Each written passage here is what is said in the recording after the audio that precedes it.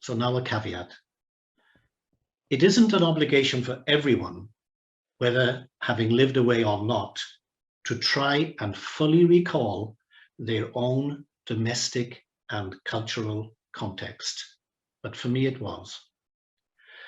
Participation in diaspora is highly subjective, and the extent to which an individual or a group engages with the home country, well, it comes without a guidebook.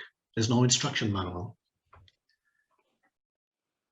I describe my experience to this extent because it had become essential to challenge the context I'd been given.